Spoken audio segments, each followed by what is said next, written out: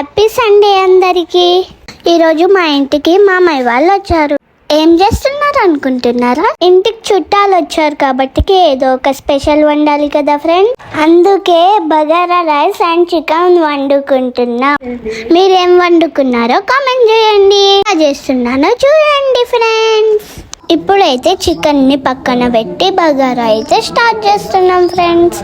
బగారాలో first అయితే నేను oil పెట్టుకుంటున్నాను. ఇప్పుడైతే బగారాలో గరం మసాలా పెట్టుకుంటున్నాం ఫ్రెండ్స్. నేను మా తమ్ముడు కలిసి స్ప్రైట్ అయితే తాగుతున్నాం.